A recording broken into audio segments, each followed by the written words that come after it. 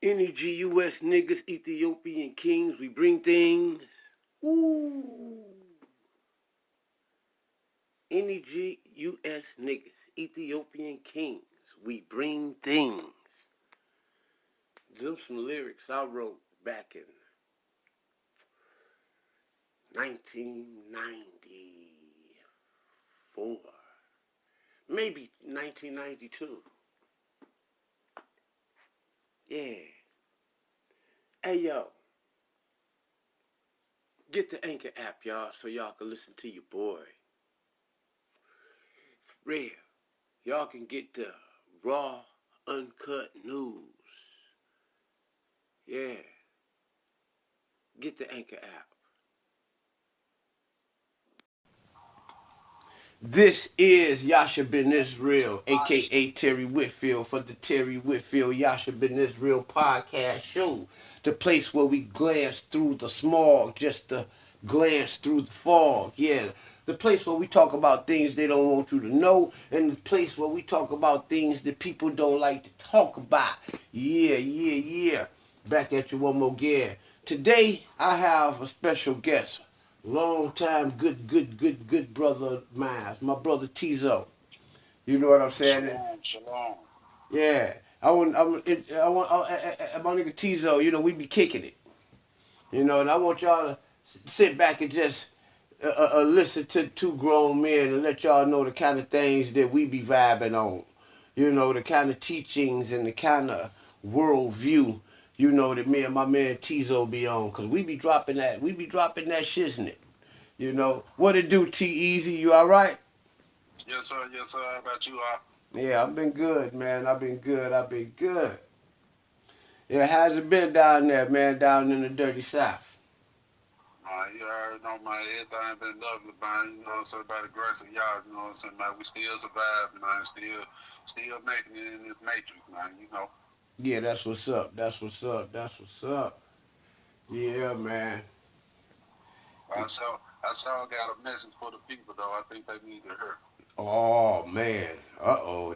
They better put, man, if they know like I know, they better put on their helmets and their seatbelt. Cause this gonna be a fast, hard ride right here, buddy. Check this out. People want you out of here. There's people on this planet that want you out of here. You don't know who these people are. These people have race, languages, financial circumstances. The powers that be want you out of here. Best believe that. They want you out of here. Man, it's just too much to say they want you out of here. You have to want to be here more than they want you out of here. That's the secret to survival. Whoa. And I totally agree with that. When you had said that to me earlier, it was I had to hard it, and I had to let you know, like, I'm in total agreement with that.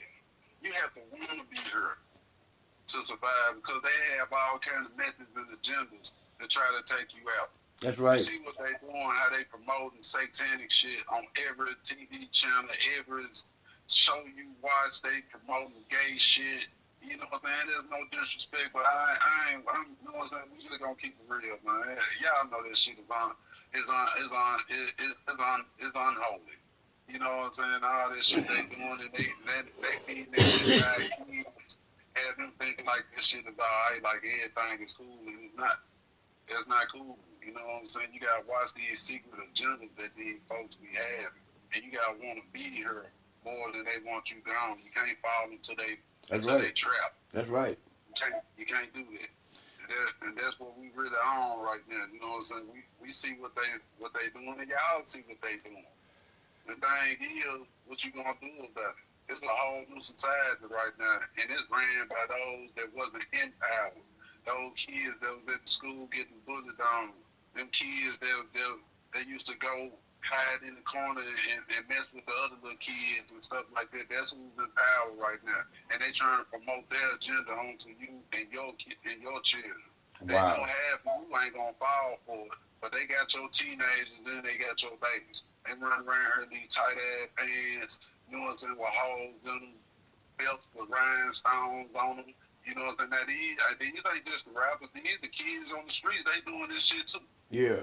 And you know what I'm saying? You gotta be aware of it. You know what I'm saying? And that's what's going on, man. And I know everybody knows. You know what I'm saying? But it's time for somebody to really speak on it and bring it up front, because that shit, man, it's gonna destroy. It's gonna destroy our people. So that's what it's really aimed for. They naturally gay. They're not. It means nothing to them. Yeah. But they trying to destroy your people. They want you to catch all these diseases and you know what I'm saying, things like that that'll just make you just die. They trying to make you die out. You gotta want to be here more than they want you gone. But you know they got this agenda. You know it's a satanic agenda 24/7. You know what I'm saying? And it's like I say, it's a secret group of people. You know, this thing transcends race. Because white people are dying. You understand? This thing transcends your economic circumstances because wealthy people are dying. Rich people are dying. You know what I'm saying? It transcends gender because both males are races, male and female, are dying. You know what I'm saying? And in the agenda, like I said, it's a 24/7 process. It's a satanic energy that is very, very strong and is very divisive. I mean, it from the time you wake up to the time you go to sleep, you get in your car, you listen to your radio. You want to hear something satanic? You want to see the devil? Turn on your radio. You want to see something? You want to see the devil? Drive down certain neighborhoods. You know what I'm saying? You want to see the devil? Turn on your television and get on social media. You know what I'm saying? It kind of takes me back to something that you said earlier today when we was kicking it. You know, you were saying something to the effect that, you know, that we've been tricked. You know, they say that the greatest deception ever pulled was the trick that the devil ever pulled was tricking the world that he didn't exist. But the reality is the greatest trick the devil has ever pulled, because we see that he exists. We can see he exists clearly. Okay? The greatest trick that the devil has ever pulled was tricking the world that God didn't exist. You see? And when you have the world up under that type of energy, satanic energy, you know, there is no secret that you have all of these people coming out now trying to belittle the Bible. You know, trying to talk bad about the Bible. Trying to talk bad about the God of the Bible, the people of the Bible. Whether the Bible stuff is real or not, whether you believe it or not, that is an old book, and it has a lot of history in it. And knowledge as well. Yeah, in it. And for anybody who does not know history to belittle it and to berate it is a very, very ignorant thing, because it's a part of the agenda to trick the world, you know, that God didn't exist. And that's the new thing. That's really the new thing. They want you to believe that God don't exist. Now it's about Scientology. You know what I'm saying? Now it's just nature. Nature, yeah. Nature, Scientology, Kemet worship. You know, you'll find a lot of people trying to go back to, you know, the ancient pagan ways. You know what I'm saying? They're trying to find every other way except for the actual God way. And I think, and I believe wholeheartedly that, you know, I'm not a big Bible reader like that. I subscribe to the Tanakh, okay?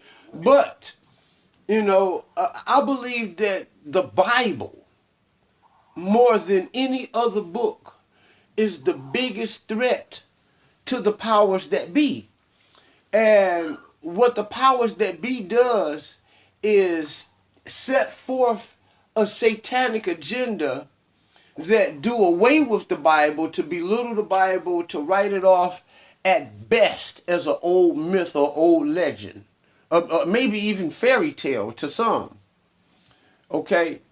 And in doing this, with the new satanic agenda, the biggest discovery of the satanic agenda of the age we have found to be the do as thou wilt slogan. Just, like Devin say, do what the fuck you wanna do. And that agenda, you got codes and rules to manhood.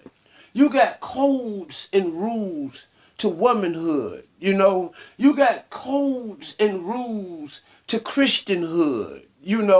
And everything that you do in different disciplines and at different stages in your life, there is a manner, a code, a manner in which you should go about doing these things in order to gain power and or respect. But this society, mind you, that I equate power as one of the words used to describe God. Okay, this world just has you up under the auspices just to do what the fuck you want to do. Just do as thou will. Do what you want to do. And to really go, and even if what you want to do is undisciplined and it goes against codes, ethics, moralities, you know what I'm saying? Just if it makes you happy, do it. Hey, that man over there got that wife and she keep looking at you, go sleep with her. Shit, that's what you want to do. She looking at you, she acting like she like you, go do it. And now you're a part of the madness. You destroying families. You understand? Which will lead to the destruction of the community. And if it don't stop, it'll lead to the destruction of the city and the nation. It's just progress. Keep going. Yeah. What they say, YOLO. And live once, better enjoy it while you can. Yeah, and we was talking about something a little earlier, man, that kind of, that kind of stuck with me. We was talking about, man, how in Hollywood, man, and the things you got to do to be in Hollywood, you've always heard about the casting couch. You know what I'm saying? Yeah. And and the things that you have to do to get in Hollywood. I'm reminded of the movie. I forget which movie it was with Diana Ross. It was either Mahogany or was it Lady Sing the Blues? Which one was it? The one where she was in with Billy D. Williams and and she was in there and she had this old white guy. She was a singer and he seen potential in her. But he took interest in her and he began to invest in her one day. And one day he pulled her to the side, like, lady, you got to pay up. He pretty much made her take her clothes off and, pretty much made her sleep with him. And as she was doing it, she didn't want to do it. She was crying and she was taking off that shirt. Do you remember something like that? No, Lady Sing the Blues kind of before my time. It was like 70s, 80s. Yeah, like I think it was a 70s movie, maybe. Yeah, like early 70s. I know I seen it, but I'd be lying to you if I told you I remember it. I know I seen it though. And it was an old flick, man, and it didn't let you know that this stuff been going on a long time. She had to sleep with this white man. This white man made her sleep, and she didn't want to do it. And I remember when I did this, and I did this. She didn't want to do it at first, and she just shaking her head, just crying, but she sure pulling that goddamn shirt off. You hear what I'm saying? Because she knew she had to play ball. Yeah.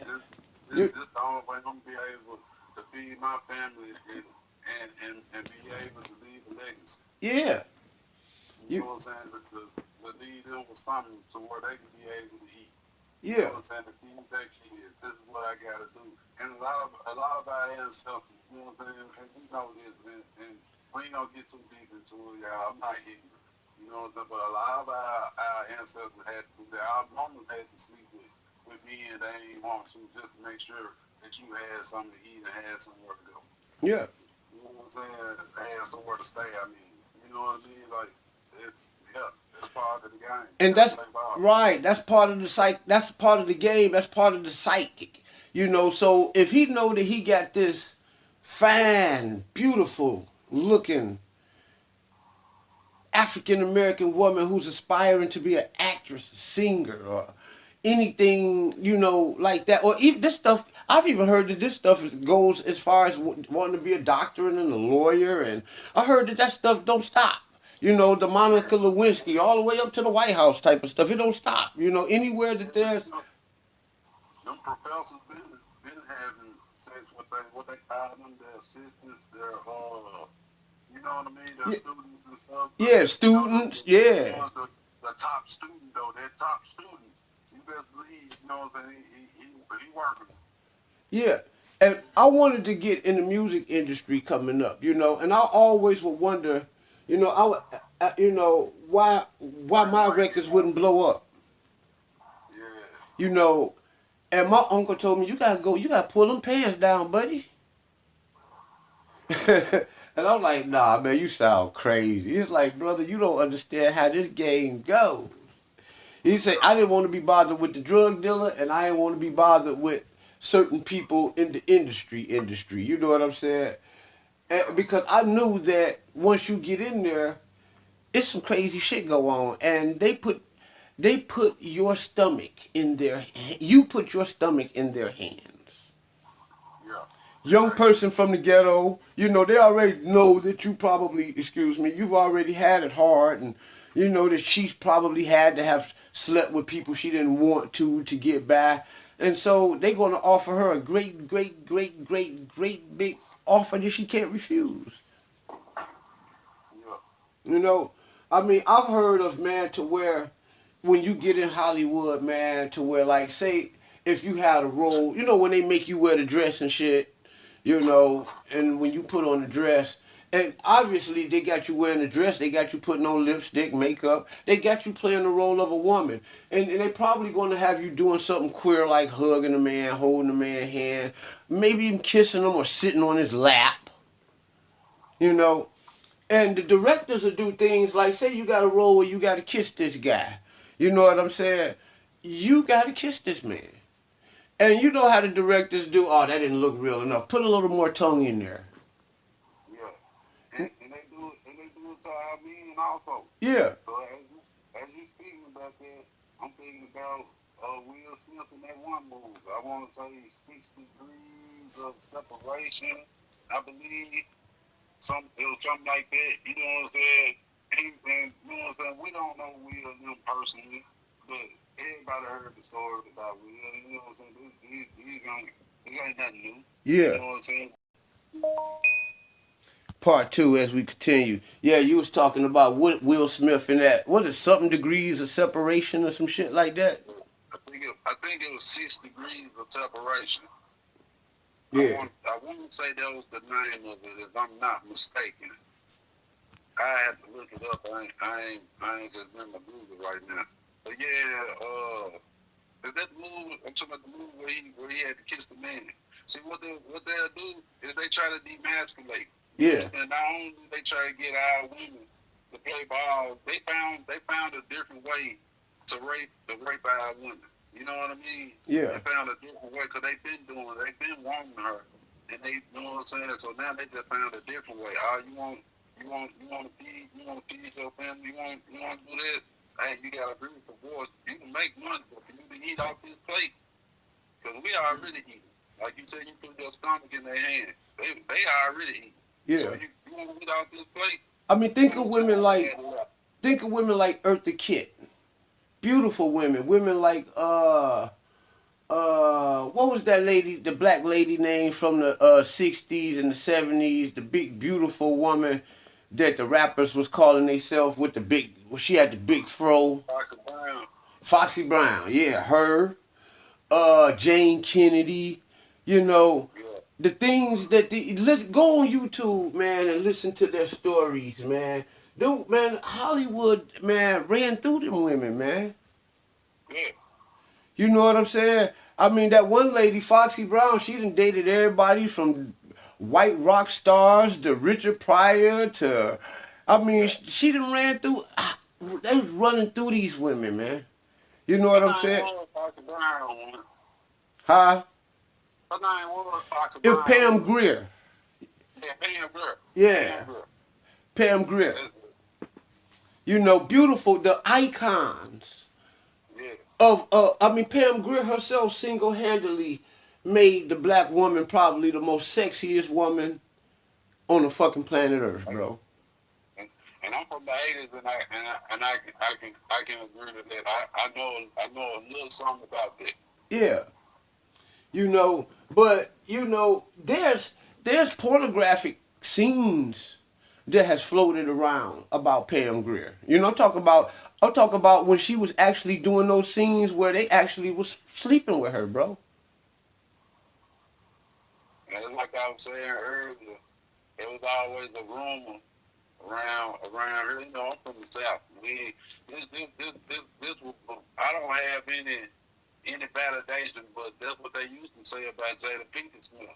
Say that when she did her sex scenes, she used to, you know, have real fornication. Jada Pinkett Smith.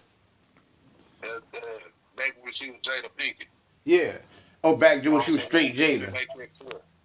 Like, I believe she's supposed to have messed with Blair Underwood and Alan Payne. You know, because you know, I don't have any facts to prove behind it, but you know, that's just what the rumors used to be back then when I was a youngin. You know, but see, when I was coming up back in the '80s, it was, you know, I mentioned a Jane Kennedy. She was married to Leon Kennedy, and Jane Kennedy, man, she was gorgeous. You hear me? Yeah. I mean, she was stunning, and I heard the name, but yeah, she was a I can't. beautiful black woman. You know, Yeah, something happened with her where she divorced Leon Kennedy, and it was basically over a scene, a sex scene in the movie Penitentiary 1 or Penitentiary 2. I can't remember which one it was. But the yeah, sex scene was so graphic and so detailed, man. I was a young boy, and at that time, my mother kept movies and stuff like that away from us. yeah, You know what I'm saying? And, but you would hear grown folks, older people, you know, and maybe the teenagers or the people who's maybe 5 years older than you who was just privy enough to sneak in on some of that information. You know what I'm saying? But yeah, I seen the movie, but I never seen the scene because all of the times that I saw the movie, it was by the time they put Penitentiary on television and the movie was edited. You know, yeah, so you didn't get a chance to see what. And that scene was so talked about.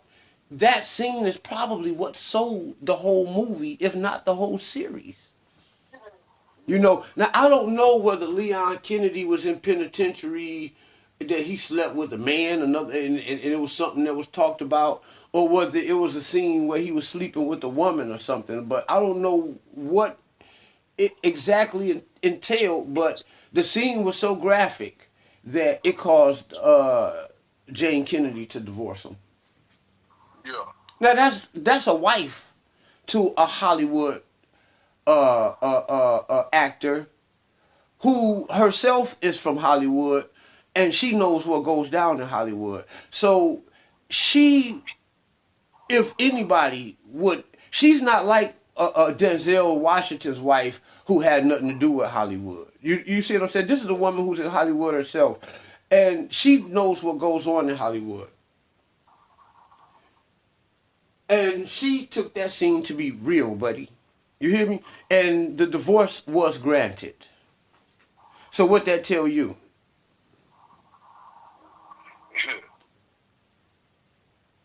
Shit. Something going on. You know. Now I read something going on today. How that Lil Nas X is running. They say Lil Nas X is destroying hip hop, bro. And something going on today where I seen Papoose. Papoose was freestyling about Dr. Dre. Yeah. And Papoose was saying something on the strength to where Dr. Dre and Papoose is out there doing that thing, dog. Actually, he called it straight out. He just flat out called him gay. But can you see how that boosts that homosexuality and the caster's couch can boost your career? What if Little Nas X really was sleeping and Dr. Dre was sleeping together? Don't you think that that would do something for his career?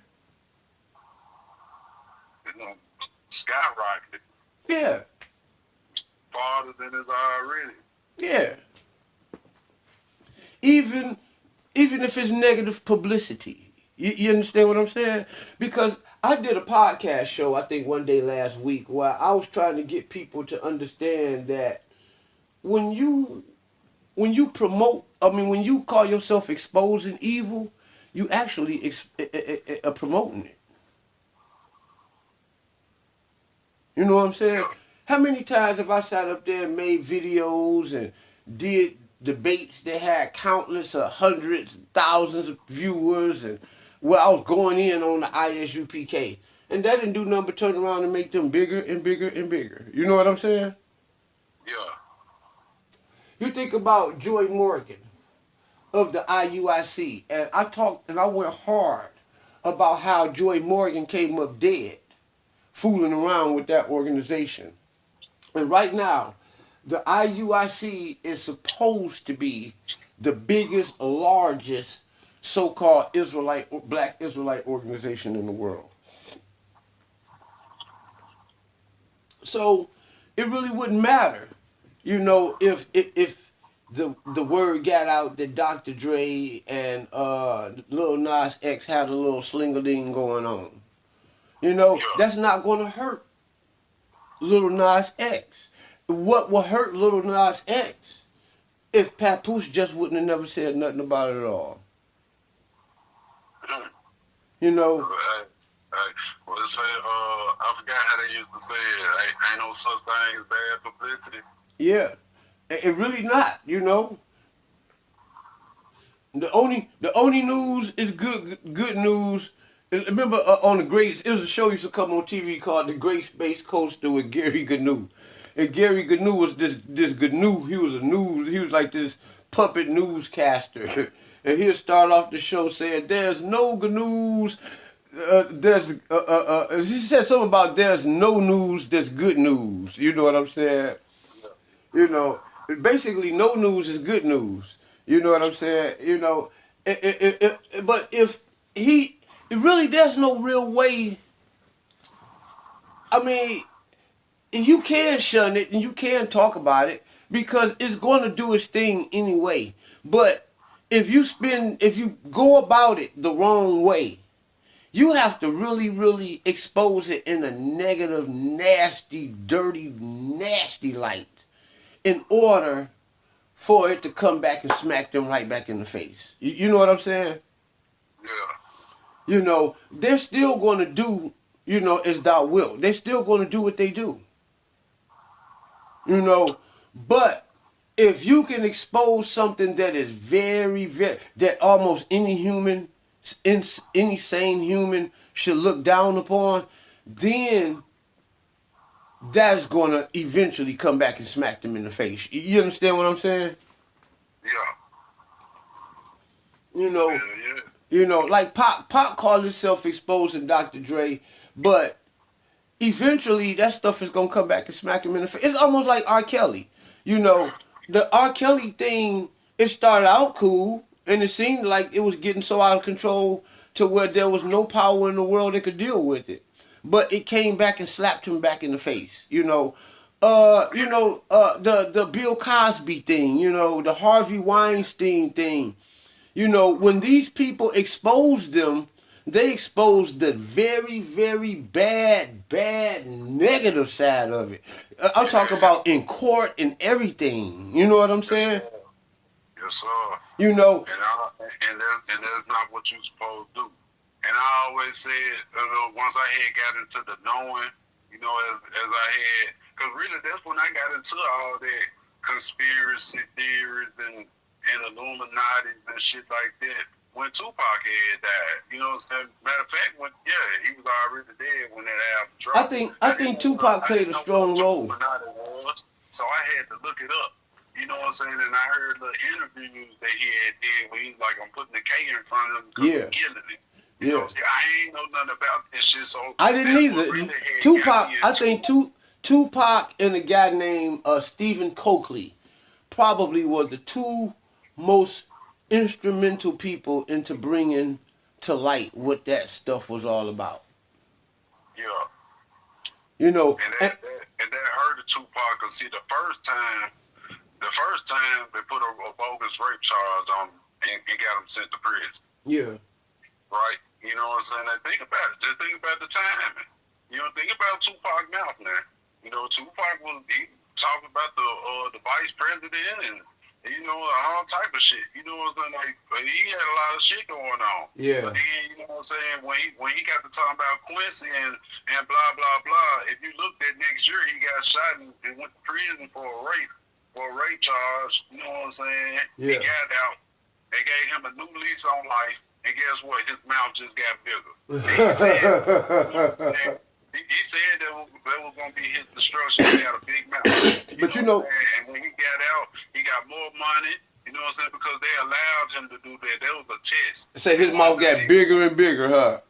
Yeah, we're gonna let you get big. We're gonna let you up out of the prison that we could have just held you in.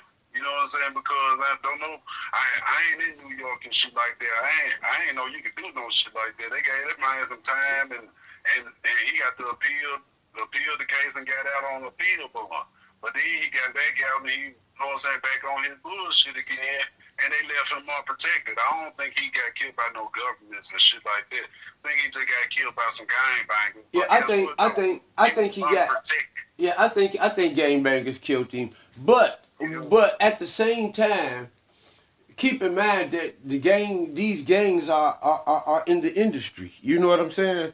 So, I mean, there's a connection there somewhere. I mean, FBI records and people. I mean, it's a long a line of corrupt shit in those cases. You know what I'm saying? And I would say anything about him and Biggie. If I was to come off it, I would say that had something to do with the mob. I think that the mob paid some niggas to kill some niggas.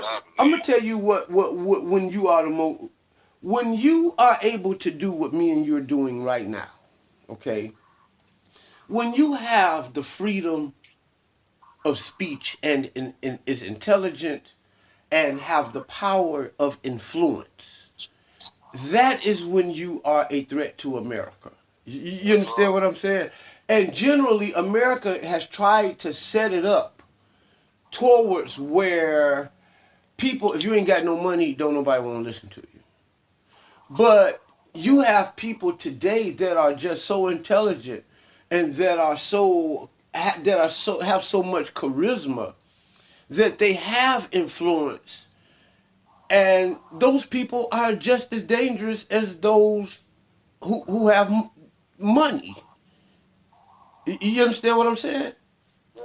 You got certain Israelite leaders, preachers, people who have the power of influence. You understand? These people are a threat to the government. And this is probably the reason why the Bible itself is, I would say, is the biggest threat, to the powers that be. Because it has the power to influence the masses.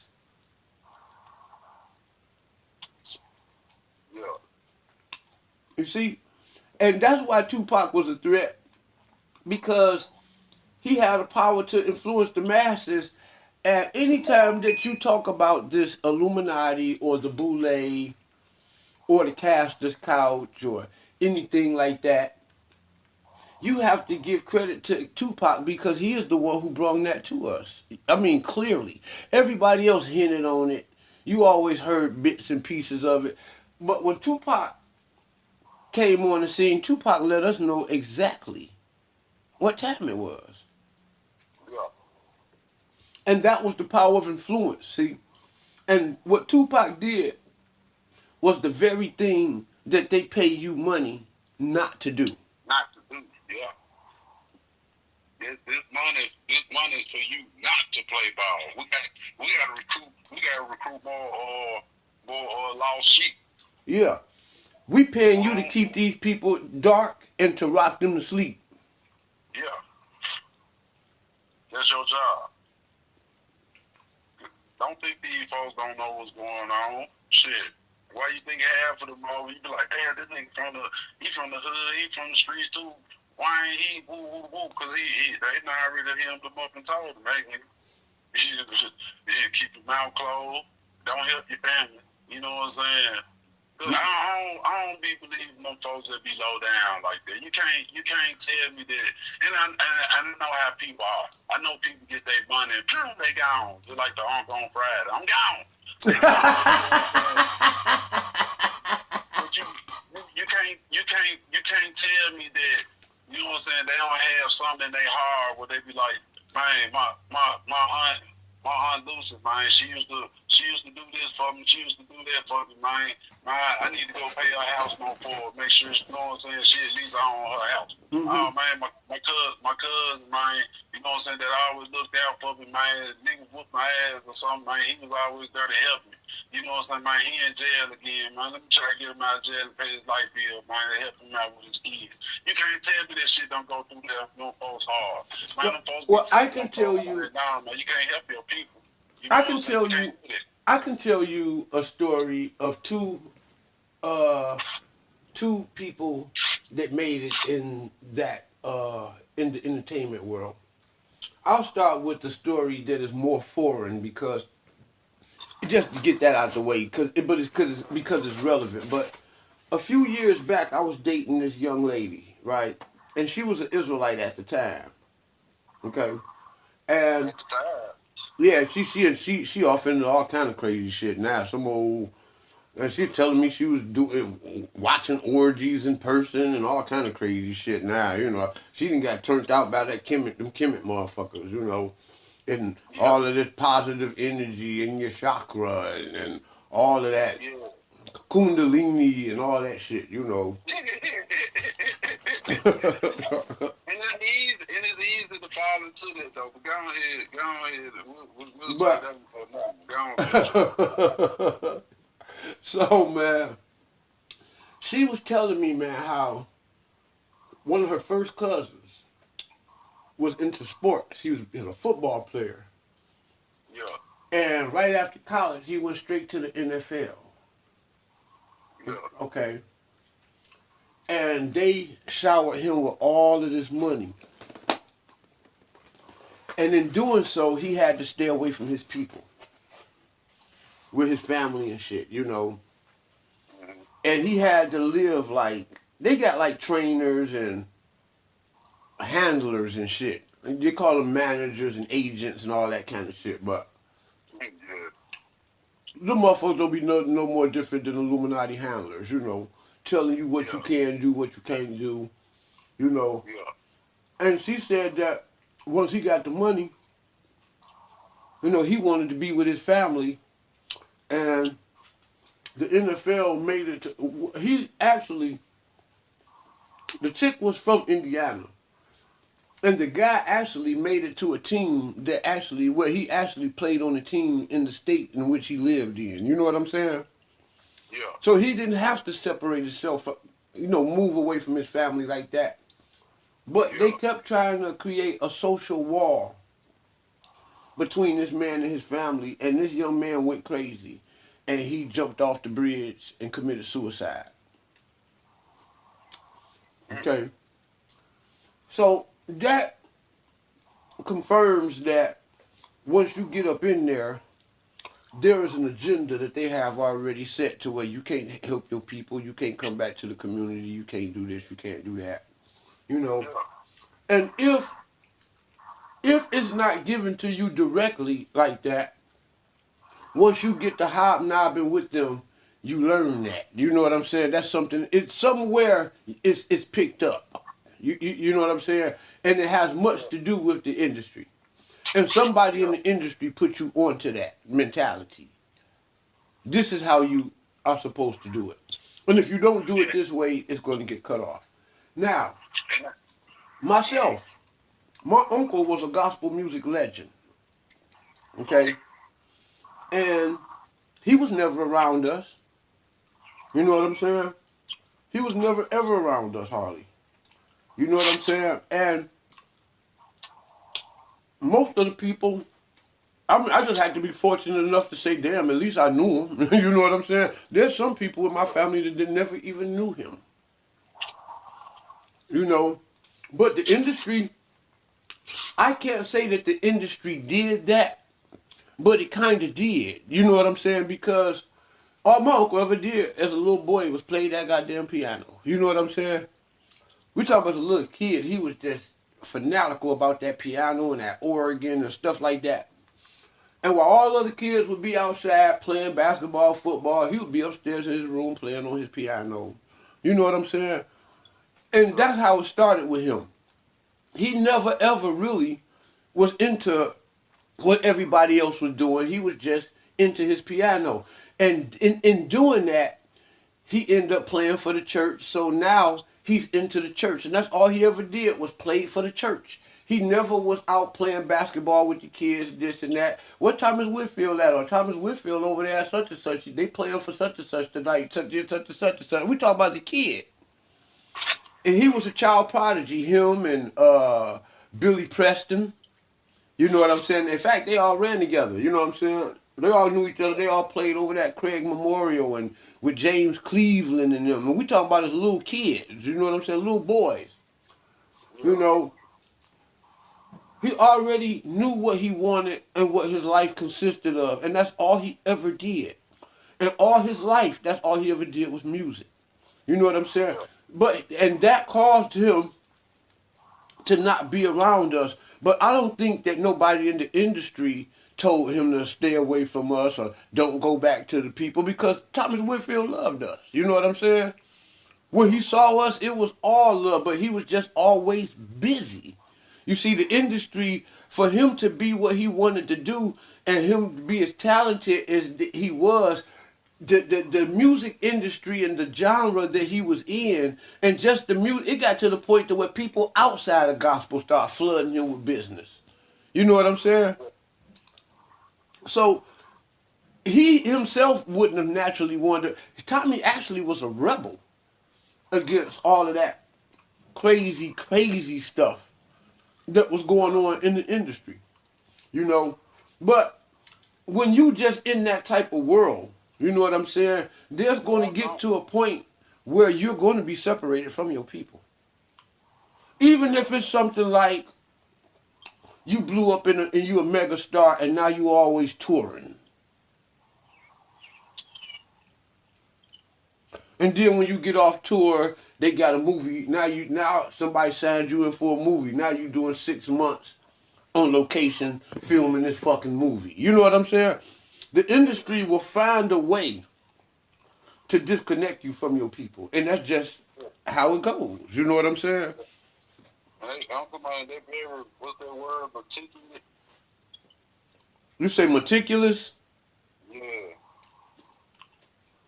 Yeah, that would be meticulous. You would be meticulously seeking your purpose. You know what I'm saying? And that's one way.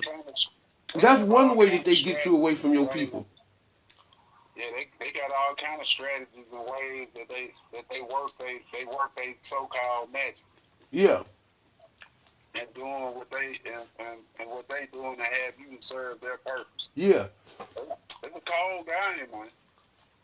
Yeah, and It's when you on tour and shit somewhere over in London that you get a call that your brother got killed. Or that your father died or some crazy shit like that.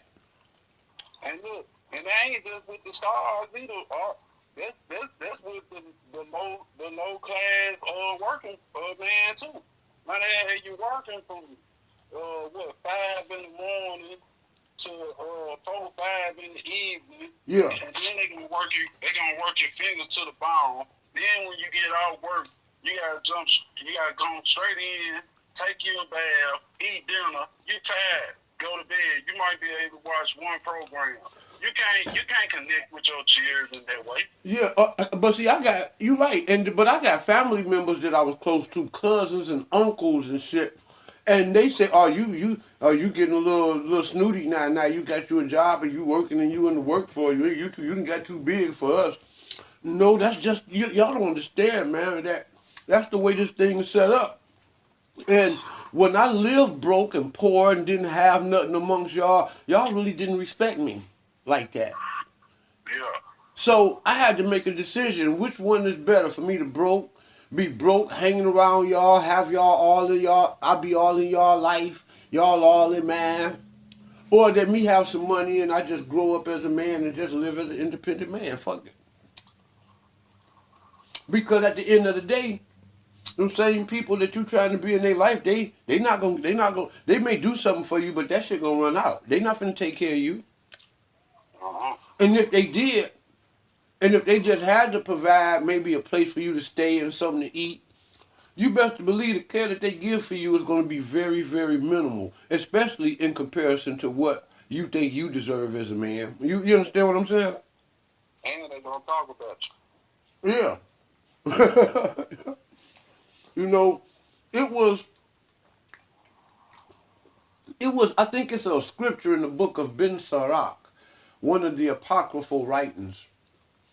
And it says something to the effect that it's better to live under a plank of woods than to live lavish in somebody else's house. So this thing goes all the way back to the dynamics to where they keep you poor on the bottom. You know what I'm saying? And you have a constant struggle and a constant fight to not be poor and not have nothing. And this keeps you busy from sun up to sundown. Yeah. You know, I don't believe that in these people's heart. But you got some people, man, that it is in their heart. You know what I'm saying? That when they get that money to get the fuck out of the ghetto. You know, because like you said, there were some people, man, that when they was in the hood, they wasn't shit. They got laughed at, they got teased, they got talked about. They didn't get respected. And once they got on... The plan is to get out. That is the plan. The plan is to get out. Yeah. What they're not doing is they're not reaching their hands out to help the ones that were struggling with them. Right. See, that's why I be like, hold on, man. Like, was they hard? Was it in their heart? Or was they influenced to not do this? Well, in some people it was in their heart, and you could tell the ones it was. The ones that it was in their heart to leave and come back was the ones who didn't find that hood love. You know what I'm saying? Yeah. You know, those who was out of sync with the hood, kind of like rejects and shit. You know what I'm saying? Yeah. You know, those that was not in tune with the hood. You know, those that are in tune with the hood, if they had money, they wouldn't leave. You understand what I'm saying? Yeah. Those that's not in tune with the hood, you know, the ones that was the nerds or the ones that was in the out crowd. Yeah. And you know, they didn't want to be in the in crowd. The in crowd didn't accept them, so they spent their time in their books, and they didn't find pleasure being in the hood. So they went to college. Them the people that's in power right now. Yeah. That's them. See, them the people that's in power. Yeah. You know what I'm saying? Like, yeah, that's them. They in power right Yeah, now. and those the ones who left the hood and don't have no intention on coming back ever. But I'll tell you this right here too. trip me out. I was thinking of this while you were talking. I went to the same school as 3 6 Mafia. Yeah. I went to school. I smoked weed with Gangsta Boo. You know what I'm saying? I ain't never go to school with Paul them because Paul he older than me. But Yeah. we went to the same school. We from the same neighborhood. All that shit. I never seen them come up to the school and do a concert. You know what I'm saying? To come to the auditorium and you know what I'm saying, and talk to the kids or some shit. You know what I mean? Yeah. I never seen it. You know what I'm saying? Like, man, I knocked on Paul though plenty of times as a kid. Just ask him, man, when the next tape gonna come out? Yeah. You know what I'm saying? You know, can Paul come out today? Well, you know what I'm saying? You know, it's like he way older than me. You know what I'm saying? You know what I'm saying? But I never seen them do anything. And you don't owe nobody nothing, but you owe somebody something though. Yeah. If You know, that makes any sense. now I could say that, you know, I mean, like you say, the whole thing is to get out. You know, but see, being from the city of Detroit, I was blessed to have talked to many legends and stars, and being that my uncle was one, that helped. But a lot of that stuff didn't have nothing to do with him. A lot of that stuff just happened because I lived in Detroit. Yeah. You know what I'm saying? You know, and a lot of that stuff did, and being that my uncle was who he was, didn't make it no better. You know what I'm saying? And then myself, I happen to have had my own talents. You know, so I went to school and was in the school, you know, was in music and band and all that stuff in school. And all my life I was around music. So I developed my own group of people that I end up knowing and learning, and people that was, you end up growing into the game and they get in the game with you and y'all doing this and y'all working together. You know, you know, I was a rapper. You know what I'm saying? And I was making rap albums at a time when very few rappers from Detroit was doing that, and it put me in a position, you know, that basically I was a hood star. You know what I'm saying? And it put me in a position to where I got a chance to know, you know, all of the hot rappers that was coming out of the city. Proof. You know, I knew Proof. You know, Proof got killed in my cousin's club, Triple C's. You know, I knew Proof. You know, I knew cats like the Cheddar Boys. You know what I'm saying? I knew they were very legendary here in Detroit. You know, cats like the Faux Gang and all of them cats. You know, I do all of them cats. Just coming up, just happen to be a Detroiter. Yeah. You know what I'm saying? You know, you run into these people, you know these people, them guys used to stay next door to me. You know what I'm saying? You know these niggas from the hood. You know, a lot of the gangsters. You know, your white boy Ricks, like the white boy Rick story. We knew this nigga from the hood. You know, his boss, Johnny Curry. I had pictures of him, you know, that Bentley that I was standing in front of in the Facebook page, that was Johnny Curry's Bentley. White boy Rick's boss. You see? You know, I could just go on in the gospel music world. Daryl Coley, Aretha Franklin, Vanessa Bell Armstrong, Michael Fletcher, the Winans. You dig? I think my uncle got a baby by somebody in the Winans family. You understand what I'm saying? Yeah. You know, being from Detroit, you're able see a lot of Detroit stars never left the city, or they may have moved just outside into the suburb, just right outside the city. Yeah. You know, a lot of Detroit stars actually love this place. Like Aretha Franklin, she loved this place, man. Yeah. You know, I could have went over my grandmother's crib in Aretha Franklin or Dale Coley. It was nothing to see somebody like that sitting right there on the couch waiting for Tommy. You know what I'm saying? I can believe Aretha loved that place because, man, being Aretha from the same neighborhood, and I ain't know this until I was probably in my 20s. Yeah, she was from down south, down Memphis area, yup. Yeah, we're from the same street. She from Lucy Street, and I'm from Orleans. Lucy is off of Orleans. I'm talking about like that. We used to be on Lucy Street. Like my cousin used to, you know what I'm saying, used to do their thing over there on Lucy Street. Like that's where I'm from. Yeah. And I ain't know this until I was, you know what I'm saying, like, yeah, like her dad was a preacher or something. I forget. I don't know. But yeah, I think he ended up killing some somebody and had to flee up north or something. Something happened where he had to flee up north. Something happened. I can't remember the story, but it's a whole lot of crazy shit going. Shit about her in Hollywood and her dad. Like, say for instance, the freaky shit. I'll give you an example of one of the stories in Ray Charles's book. Ray Charles, he said that, hey, I done been on drugs. He talked about how he done been, about him being who he was, how he done had all of the sex and, been in all of the type of situations that you thought that a person could experience. Yeah. He said he came up here to Detroit, Michigan, got to hang around with them Franklins.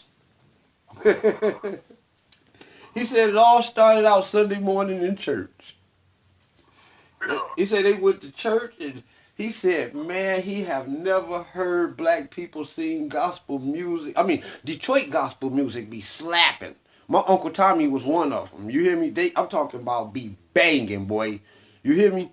And my man say, man, he said, man, I'm a star, man, and I've never heard black people sing like I've ever heard them sing over there at New Bethel. He said, them black people, I swear, I'm talking about that, them folks can sing. He talk about how the music and everything was just impeccable. But he said, as soon as church was over, he said that's when the parties began. You know what I'm saying? He said all the members from the church would have all kind of parties. That's when the liquor, drinking, drugs, all that stuff would come out. They all meet up over, they might have been over at the Franklin house. I don't know. They all meet up at one place and they all had this big party. And he said he never experienced nothing like. He said in this party, all the boys was with the boys and all the girls was with the girls. Yeah. But still, even though that's not quite Hollywood, it is because of who the players is. You understand what I'm saying? Right. The Franklins, Ray Charles. It could be diminished as church, crooked, corrupt church activity. But the key players were all Hollywood. Yeah.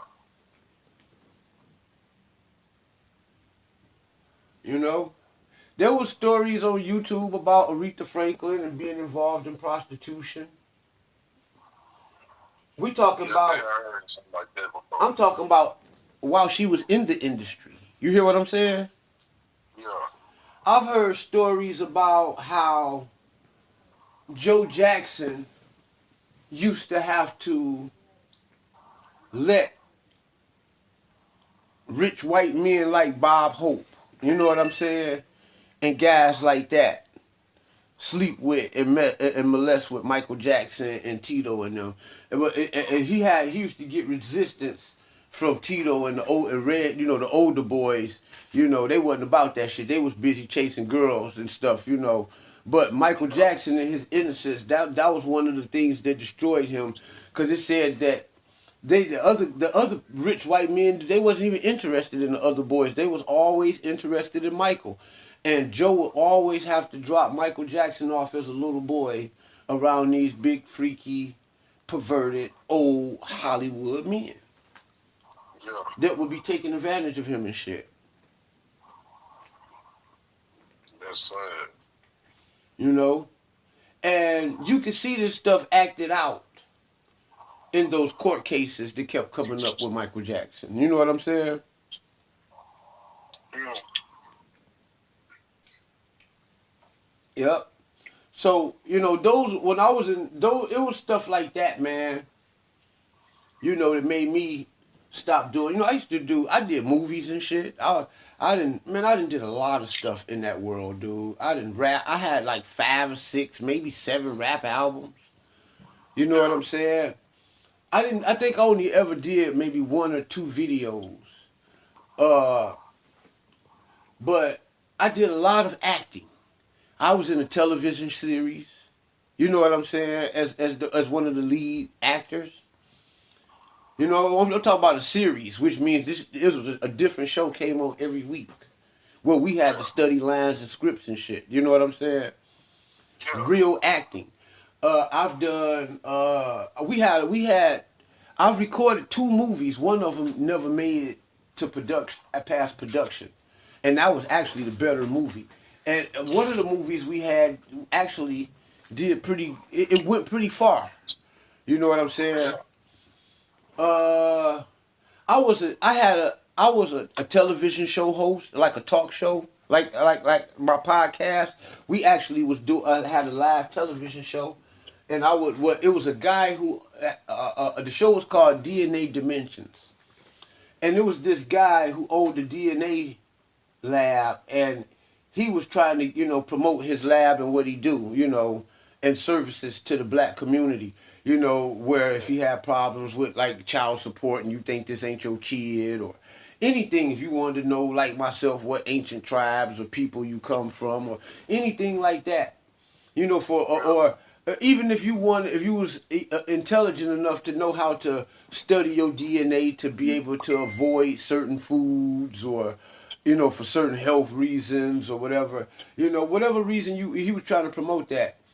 And on the television show, what he would do was take people who bought his services, and he would have them to tell their story why they wanted to have their DNAs checked or whatever.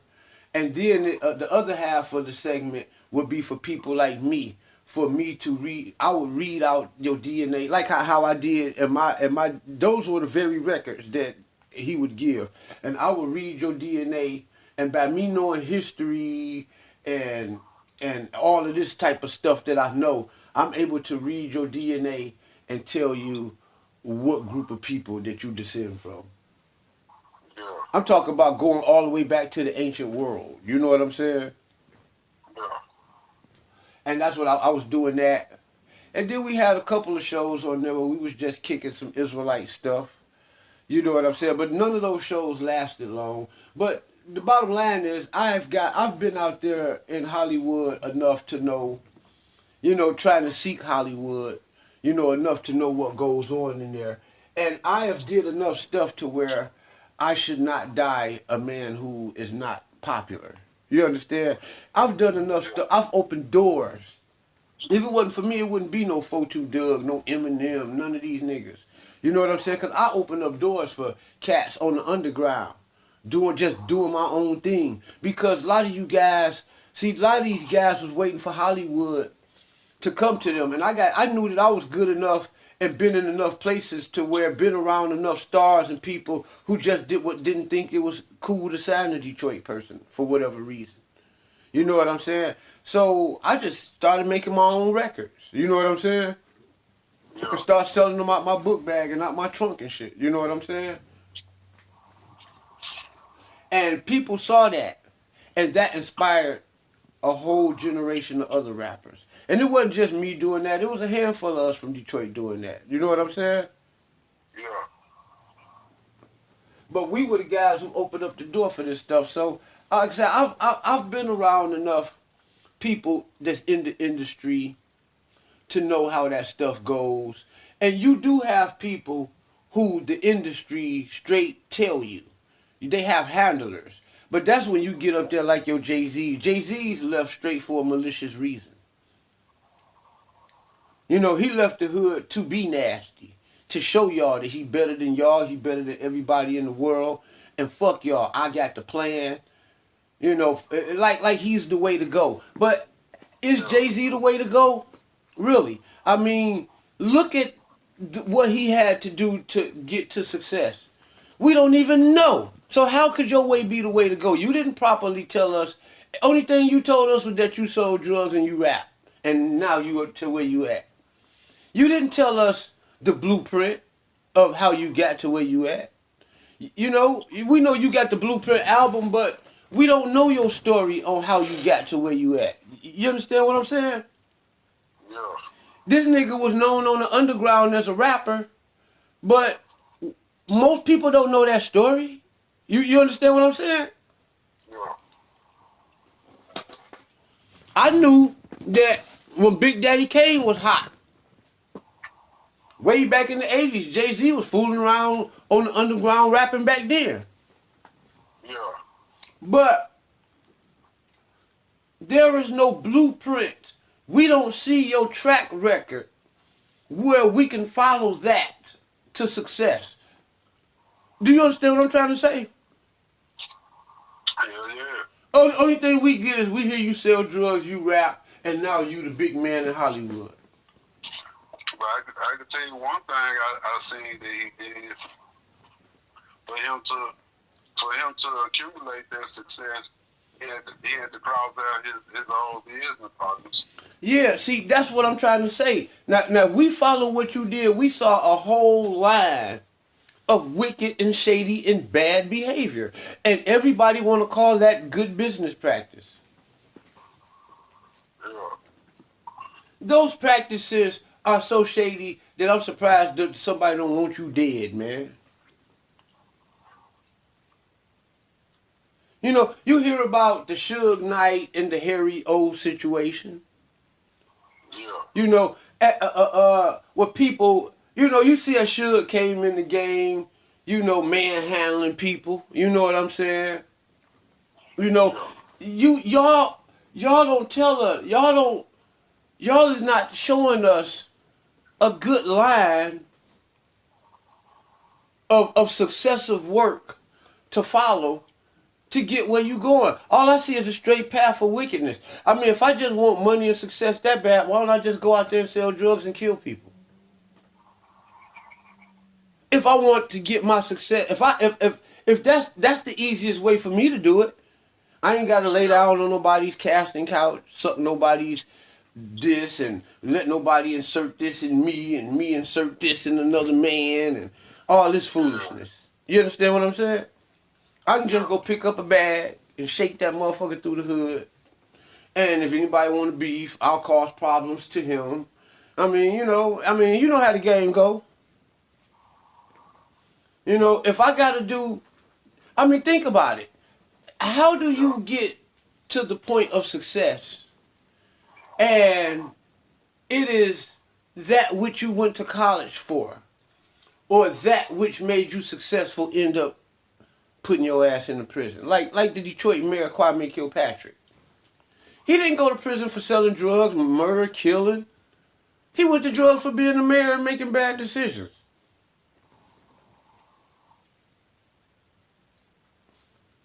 While his brother was one of the biggest dope mans in the city. I guess his brother say it's easier for me to get to success that way. Kwame just got out, didn't it? Yeah, he just got out. Yeah, he out. They trying to make him look bad and crazy and shit. I you know what I'm saying? I don't remember a lot of this stuff because it was a while back. But I do remember this. I used to like dude. Like I like the dude.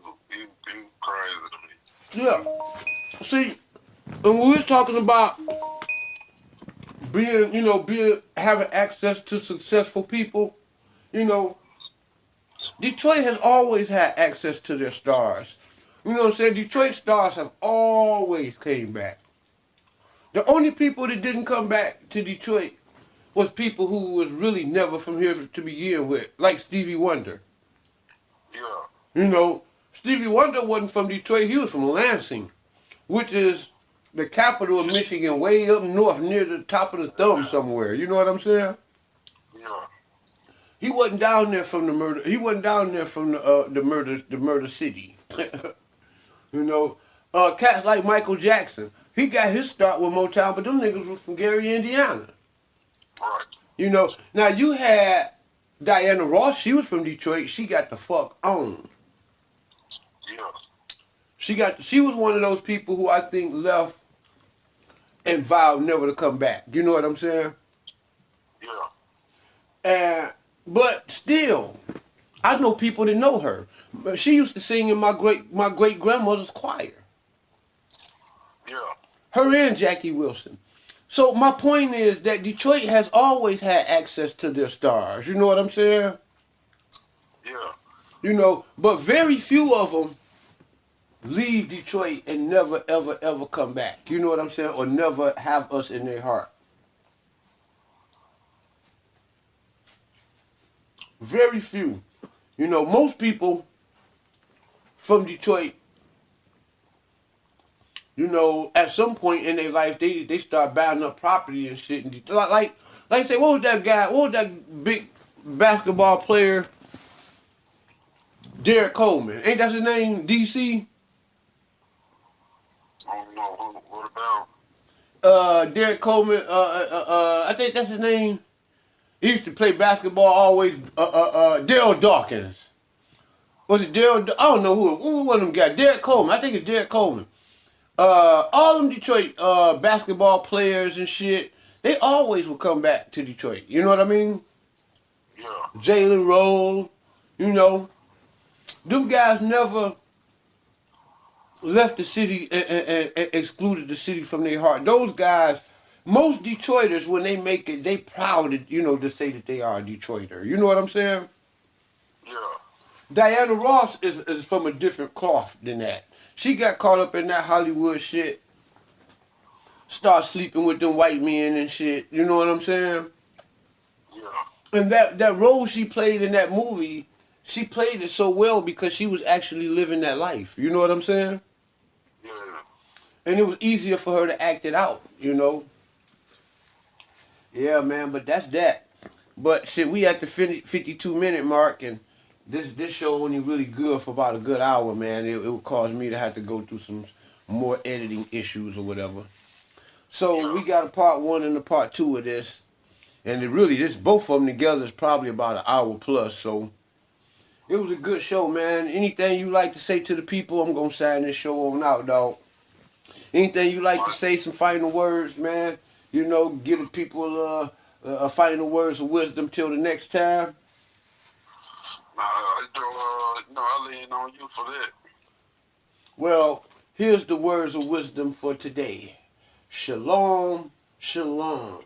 That means peace, wealth, health, and prosperity. That being it, that is Tizo and Terry Whitfield for the Terry Whitfield Show signing out. Peace. Shalom. Shalom.